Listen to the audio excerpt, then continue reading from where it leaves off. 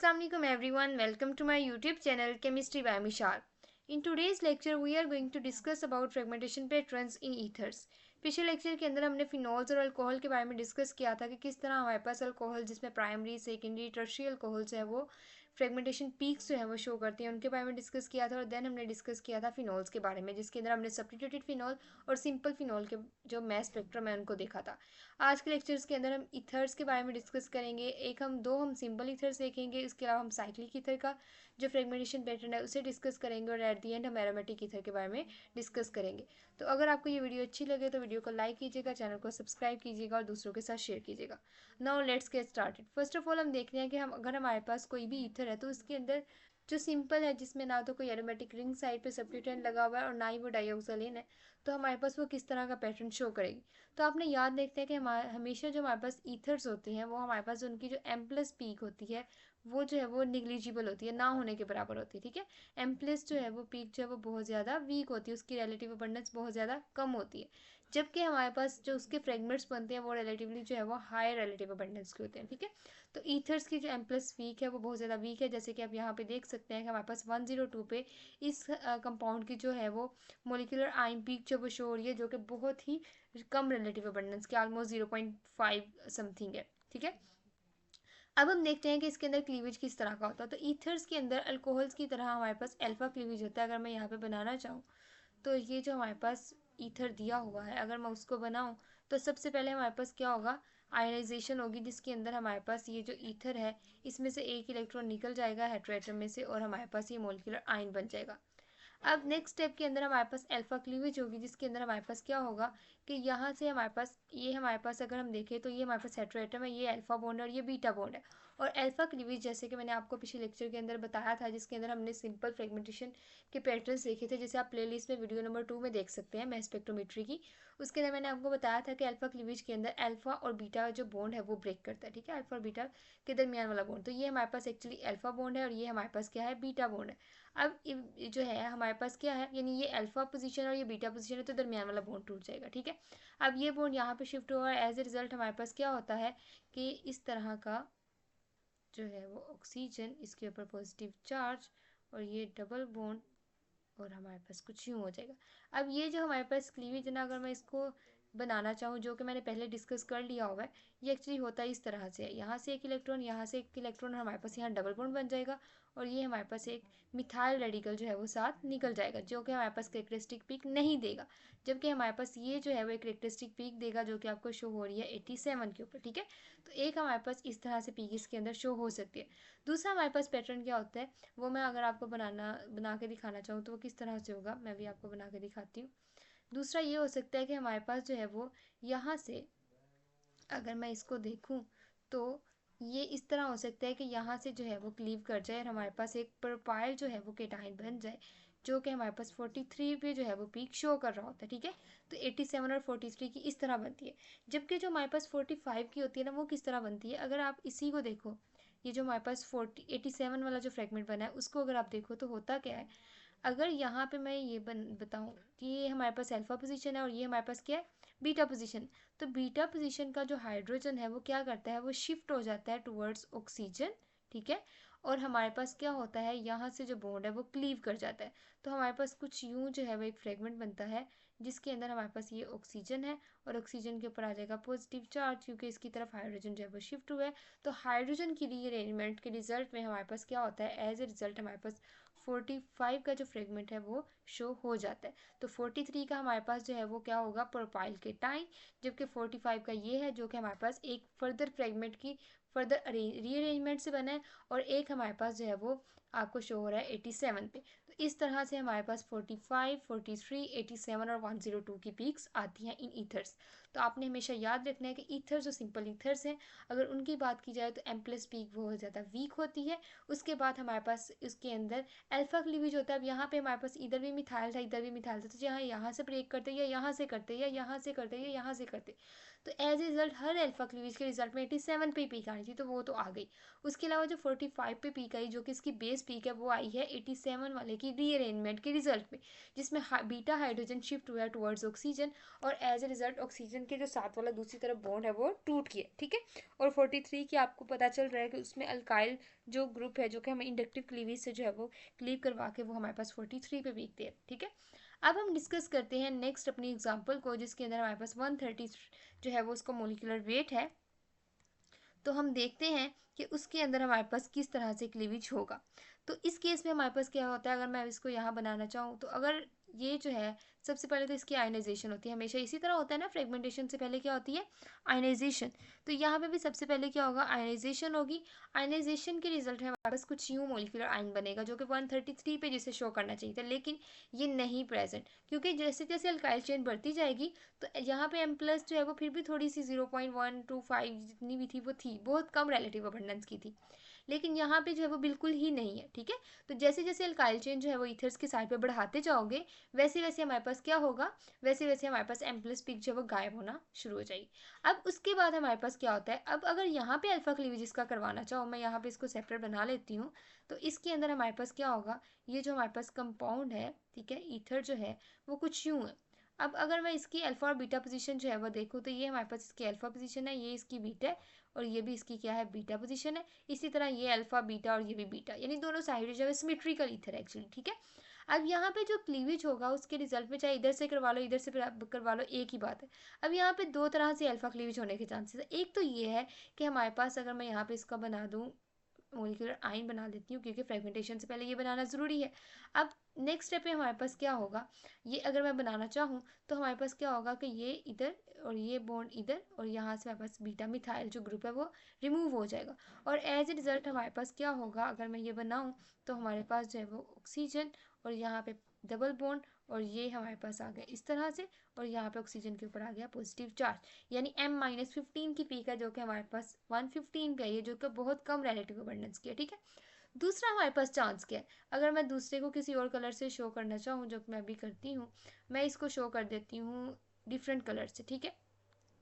अब यहाँ पे हमारे पास क्या हो सकता है, दूसरा चांस ये है, मैं इधर से कर लेती हूँ, ठीक है, इथाइल, ये भी तो वही सेम सिमेट्रिकल पोजीशन है ना, ये बीटा। अब यहाँ से अगर मैं करवाऊँ, ये भी हमारे पास बीटा और ये भी हमारे पास है अल्फा, तो अल्फा क्लीवेज में क्या होता है, अल्फा और बीटा के दरमियान वाला बॉन्ड टूट जाए, तो यहाँ पे भी सेम वैसे ही होगा, ठीक है। लेकिन पहले वाले केस में नीचे से मिथाइल से तोड़ा था, अब कहाँ से ब्रेक करना है हमने, ऊपर इथाइल वाले से, ठीक है। तो यहाँ पे हमारे पास क्या होगा, ये एक इलेक्ट्रॉन यहाँ बॉन्ड बनाएगा, ये यहाँ पे, ठीक है, यहाँ पे हमारे पास एक डबल बॉन्ड बन जाएगा और एक इथाइल जो रेडिकल है वो रिमूव हो जाएगा, और एज ए रिजल्ट हमारे पास क्या बनेगा, ऑक्सीजन, और यहाँ पे हमारे पास कुछ यूँ, यहाँ पे डबल बॉन्ड बन जाएगा, ये इसके ऊपर आ गया पॉजिटिव चार्ज, और दूसरी तरफ हमारे पास ये पूरे की पूरी आ जाएगी, ठीक है। दो चांसेस है, एक रूट हमारे पास बी है और एक रूट है ए। अब जो बी रूट है जिसमें बड़ा अल्काइल ग्रुप रिमूव हुआ है ना, ठीक है, जिसके अंदर हमारे पास पूरे का पूरा क्या रिमूव हुआ है, इथाइल ग्रुप रिमूव हो गया, उसकी जो पीक है वो M-29 की पीक होगी जो कि 101 की है। तो जब हमारे पास बड़ा अल्काइल ग्रुप रिमूव होगा जो कि हमारे पास M-29 पे पीक देगा, तो इसकी रिलेटिव अबंडेंस ज्यादा है एज कम्पेयर टू M-15 के पीक की, ठीक है। तो हमने याद रखना है कि हमारे पास किस तरह से ये ईथर जो है वो क्लीव करेगा और हमारे पास डिफरेंट पीक शो करेगा, ठीक है। तो ये हमारे पास 101 पे और ये 115 पे पीक शो होगी, ये हमारे पास थी डिफरेंट पीक्स। अब हम देखते हैं नेक्स्ट के हमारे पास और कौन कौन सी क्लीवेज हो सकती है। मैंने आपको बताया था कि इसके अंदर इंडक्टिव क्लीवेज के भी चांसेस है, जिसके रिजल्ट में हमारे पास क्या बनता है, जिसके रिजल्ट में हमारे पास अल्काइल केटाइन बनते हैं, ठीक है। तो हम उसको देख लेते हैं कि वो हमारे पास किस तरह से होगा। पहले हम ये सारे रिमूव कर लेते हैं जो कि आपने आई थिंक सो नोट कर लिए होंगे। अगर आपने नोट नहीं किए तो वीडियो को पीछे करें और इसको जो पॉज करके आप जो है वो अपना स्क्रीनशॉट ले सकते हैं, ताकि आपको समझ आ जाए कि किस तरह से हमारे पास जो है वो डिफरेंट पीक्स जो है वो शो होंगे, ठीक है। अब हम नेक्स्ट देखते हैं कि नेक्स्ट फ्रेगमेंट किस तरह से बनेगा। अब अगर आप नेक्स्ट को देखो तो आप देख सकते हो कि हमारे पास ये 101 115 की पीक तो शो होगी किस तरह से, अगर हमारे पास 59 और 57 की पीक्स है, तो 57 की पीक कैसे शो होगी, जो कि हमारे पास ये वाले के, तो हमारे पास क्या है कि हमारे पास ये वाला जो है, ये हमारे पास जो है वो इंडक्टिव क्लीवेज के रिजल्ट में हमारे पास 57 के ऊपर इसकी वीक शो होगी, ठीक है। किसकी हो रही होगी, इसकी शो हो रही होगी। उसके अलावा जो मैंने पहले फ्रेगमेंट्स बनाए, अगर आपने देखे हो, इसको अगर रिवर्स पे लेके जाऊं तो मैंने यहाँ पे एक दो फ्रेगमेंट्स बनाए थे। एक हमारे पास था M-115 का और एक था हमारे पास M-29 का। अब ये फर्दर फ्रेगमेंट्स हैं, इनकी भी तो रीअरेंजमेंट हो सकती है, जैसे कि मैंने पीछे करवाई थी। तो ये इसकी अल्फा पोजीशन है, ये इसकी बीटा पोजीशन है। तो बीटा पोजीशन का अगर हाइड्रोजन यहाँ पे ट्रांसफर हो जाए और ये वाला बॉन्ड टूट जाए, तो हमारे पास ये भी तो 45 की पीक शो कर सकते हैं ना। हमारे पास ये पॉजिटिव और ये एच, तो 45 की पीक इस तरह आ गई, 45 की पता चल गई और 57 की भी चल गई। लेकिन अगर ये वाला रीअरेंज हो, ठीक है, इसमें हमारे पास ये इसकी अल्फा पोजीशन है, ये बीटा है, तो यहाँ से अगर बीटा हाइड्रोजन जो है वो यहाँ पे हमारे पास जो ट्रांसफर और ये ऑक्सीजन और ये बॉन्ड टूट जाए, तो एज ए रिजल्ट हमारे पास क्या होगा, 59 की जो पीक है वो इस तरह शो हो जाएगी। ठीक है, तो 59 की हमारे पास इस तरह शो होगी। तो ये हमारे पास डिफरेंट जो है वो फ्रेगमेंट पीक्स हैं जो कि शो हो रही हैं इन ईथर्स। ठीक है, अब हम डिस्कस करते हैं डाइऑक्सालेन के केस में कि वहां पे हमारे पास फ्रेगमेंटेशन पीक्स किस तरह से आएंगी। तो यहाँ पे फर्स्ट ऑफ ऑल आप देख सकते हैं कि यहाँ पे एक ये ऑक्सीजन है, एक ये, जिसको मैं अगर बनाना चाहूँ तो कुछ यूं हमारे पास जो है वो कंपाउंड है ये, और यहाँ पे हमारे पास ये इथाइल ग्रुप है और ये हमारे पास मिथाइल ग्रुप है। अगर मैं इसका मोलिकुलर आयन बनाऊँ तो हमारे पास जो है वो यहाँ पे भी चांसेस हो सकते हैं और यहाँ पे हो सकते हैं, दोनों तरफ हमारे पास केटाइन रेडिकल बन सकते हैं, जो कि 116 पे जैसे पीक शो करनी चाहिए थी, जो कि बहुत बहुत बहुत कम रिलेटिव अबंडेंस की नजर ही नहीं आती। ठीक है, अब नेक्स्ट हम डिस्कस करते हैं कि नेक्स्ट हमारे पास पीक्स किस तरह की होंगी। अगर मैं इसको डिफरेंट कलर से शो कर लूँ, मैं इसको डिफरेंट कलर दे देती हूँ। ठीक है, चलिए अब हम डिस्कस करते हैं कि हमारे पास डिफरेंट फ्रेगमेंटेशन पीक्स कैसे बनी। अब आप देख रहे हैं कि 101 की पीक शो हो रही है। वैसे भी आपको ये देख के पता चल रहा है कि अगर मैं यहाँ पे बनाना चाहूँ, ठीक है, ये वाला एक तो यहाँ पे चांसेस है, दूसरे चांसेस ये है कि यहाँ पे बन जाए, एक टाइम पे एक ही पोजीशन पे बनेगा। ठीक है, अब यहाँ पे अगर यहाँ पे बना हुआ है तो हमारे पास क्या होगा, ये वाला इधर बॉन्ड, ये वाला इधर बॉन्ड और मिथाइल के रेडिकल निकल जाएगा और हमारे पास क्या होगा यहाँ पे ऑक्सीजन। और अगर मैं इसको वैसे का वैसे ही बनाना चाहूँ, ठीक है, ये, और यहाँ पे हमारे पास क्या होगा, डबल बॉन्ड बन जाएगा और ये हमारे पास आ गया पॉजिटिव चार्ज। तो ये M-15 की पीक है जो कि 101 पे शो हो रही है। ठीक है, अब दूसरा चांस क्या है इसके अंदर कि हमारे पास यहाँ पे केटाइन रेडिकल बना, उस केस में हमारे पास क्या होगा, एक इलेक्ट्रॉन ये गया, एक इलेक्ट्रॉन ये गया और ये हमारे पास इथाइल रेडिकल निकल आया। ठीक है, तो ये ऑक्सीजन और ये उसके बाद ये ऑक्सीजन और उसके बाद हमारे पास यहाँ डबल बॉन्ड और ये हमारे पास आ गया इस तरह से। ठीक है, और नहीं, इस तरह से नहीं, ये दूसरी तरफ बनेगा, ये आ गया इस तरह। ठीक है, और ऑक्सीजन के ऊपर आ गया पॉजिटिव चार्ज जो कि M-29 की पीक है, जो कि हमारे पास 87 पे शो हो रही है। ठीक है, ये हमारे पास डिफरेंट पीक्स जो है वो शो हो रही होती है। इसी तरह हमारे पास 57 की जो पीक है वो शो हो रही होती है और एक 43 के जो कि इसकी करेक्टरिस्टिक पीक है, जो कि मोस्ट प्रोबेबली इस तरह से निकली है CH3, यानी हमारे पास फ्रेगमेंटेशन के बाद डिफरेंट रीअरेंजमेंट हुई है और हमारे पास जो है वो कार्बन, डबल बॉन्ड ऑक्सीजन और यहाँ पे पॉजिटिव चार्ज। ठीक है, कुछ ये हमारे पास जो है वो पीक जो है वो शो, ये जो कि हमारे पास यहाँ से डिफरेंट फ्रेगमेंटेशन के रिजल्ट में बन सकती है और ये हमारे पास शो कर रहा होता है 43 के ऊपर हमारे पास फ्रेगमेंट आए। ठीक है, तो ये हमारे पास डिफरेंट फ्रेगमेंटेशन पीक्स थी और इनका फ्रेगमेंटेशन पैटर्न था ऑफ डाइऑक्साइड। अब इसके बाद हम डिस्कस करते हैं एरोमेटिक ईथर्स के बारे में कि एरोमेटिक ईथर के अंदर क्या केस होगा। अब जो पीछे हमने पढ़ी है एग्जांपल डाइऑक्सालेन और ईथर्स की, सिंपल ईथर जो थे, दोनों के केस में क्या था, मोलिकुलर आयन पीक बहुत ज्यादा वीक थी क्योंकि वो अनस्टेबल थे। लेकिन हमारे पास जब एरोमेटिसिटी आ जाती है ना किसी भी कंपाउंड के अंदर, तो उसके अंदर हमारे पास क्या होता है, वो हाईली स्टेबल हो जाता है। तो इस वजह से वो फर्दर ज्यादा फ्रेगमेंट्स के अंदर कन्वर्ट नहीं होता। तो same case is the here, यहाँ 136 के ऊपर इसका मोलिकुलर आयन पीक आएगी जो कि हाईली स्टेबल है। ठीक है, तो हमारे पास मोलिकुलर आयन पीक इसकी इस तरह से शो होती है। उसके बाद हमारे पास क्या होता है, अगर मैं इसको बॉन्ड को बनाना चाहूँ तो ये हमारे पास क्या है, एक ऐसा एरोमेटिक ईथर है जिसके हमारे पास एरोमेटिक रिंग की एक साइड पे हमारे पास क्या है, OCH2CH3। ठीक है, ये है हमारे पास, और दूसरी तरफ हमारे पास मिथाइल ग्रुप अटैच है। ठीक है, क्या अटैच है, मिथाइल ग्रुप। अब यहाँ पे हमारे पास क्या हो सकता है, यहाँ पे जब फर्ज करो अगर हम यहाँ से कह रहे हैं कि अगर बन रहा है, ठीक है, यहाँ से हमारे पास जो है वो बन रही है, तो यहाँ पे भी हमारे पास क्या चांसेस है कि यहाँ पे हमारे पास CH2CH3 जो है वो रिमूव हो जाए और फर्दर हमारे पास ऑक्सीजन के ऊपर पॉजिटिव चार्ज आ जाए, यानी हमारे पास 29 के रिमूवल से हमारे पास बन सकती है, जो कि हमारे पास शो कर रही होती है 107 के ऊपर पीक। ठीक है, तो 109 के रिमूवल से 107 पे जो पीक आ रही है वो 29 के रिमूवल से आ रही है।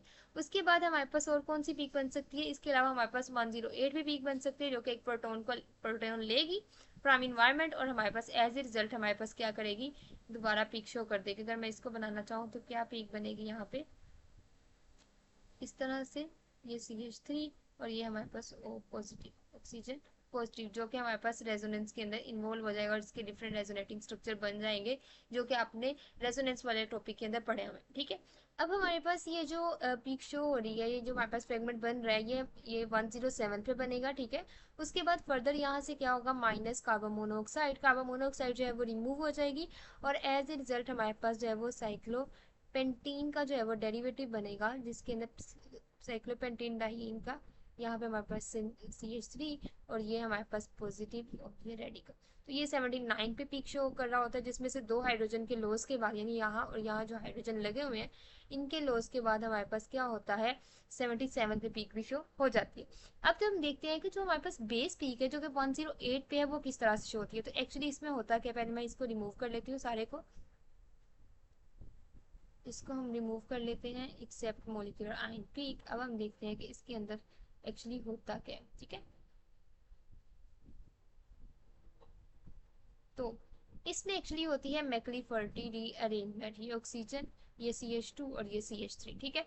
अगर हम देखें तो ये हमारे पास है पाई बॉन्ड, ये है अल्फा पोजीशन, ये है बीटा पोजीशन, और ये है हमारे पास गैमा पोजीशन। अब गैमा पोजीशन पे हमारे पास क्या है, CH3, तो इसके पास हाइड्रोजन तो है, ठीक है।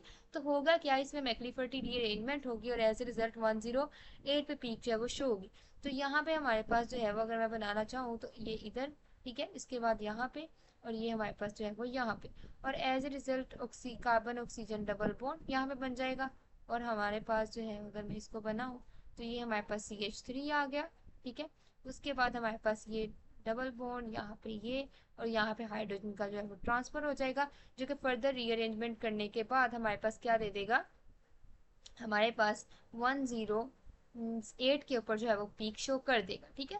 तो 136 पे हमारे पास मोलिकुलर आयन पीक, 108 पे एज ए रिजल्ट ऑफ मैक्लीफर्टी, ठीक है। तो क्या हमारे पास यहाँ से हमारे पास एक इथीन का रिमूवल होगा, क्या रिमूव हो रहा है, इथीन मॉलिक्यूल जो है वो रिमूव हो रहा है, CH2 डबल बॉन्ड CH2, ठीक है। तो इथीन का रिमूवल हो रहा है, और 107 पे आपने देखा इथाइल का रिमूवल हो रहा है, ठीक है। यानी हमारे पास यहाँ इथाइल रेडिकल रिमूव हुआ, और जो हमारे पास 79 और 77 के ऊपर पीक्स हैं, जो कि हमारे पास शो करती हैं कि साइक्लोपेंटाडीन के हमारे पास जो है वो डिफरेंट डेरिवेटिव्स बने, जो कि कार्बन मोनोऑक्साइड के रिमूवल से बने, ठीक है। तो ये हमारे पास डिफरेंट एरोमेटिक ईथर्स की जो थी वो फ्रेगमेंटेशन जो है वो उसका पैटर्न था, और उसकी फ्रेगमेंटेशन पीक्स थी कि वो हमारे पास किस तरह से डिफरेंट फ्रेगमेंट्स में कन्वर्ट होता है। होप्स आपको ये वीडियो पसंद आई हो, और अगर आपको ये वीडियो पसंद आई है तो इस वीडियो को लाइक कीजिएगा, चैनल को सब्सक्राइब कीजिएगा, और अगर आपको कोई भी प्रॉब्लम है तो आप कमेंट में पूछ सकते हैं। Thanks for watching my video. अल्लाह हाफिज़।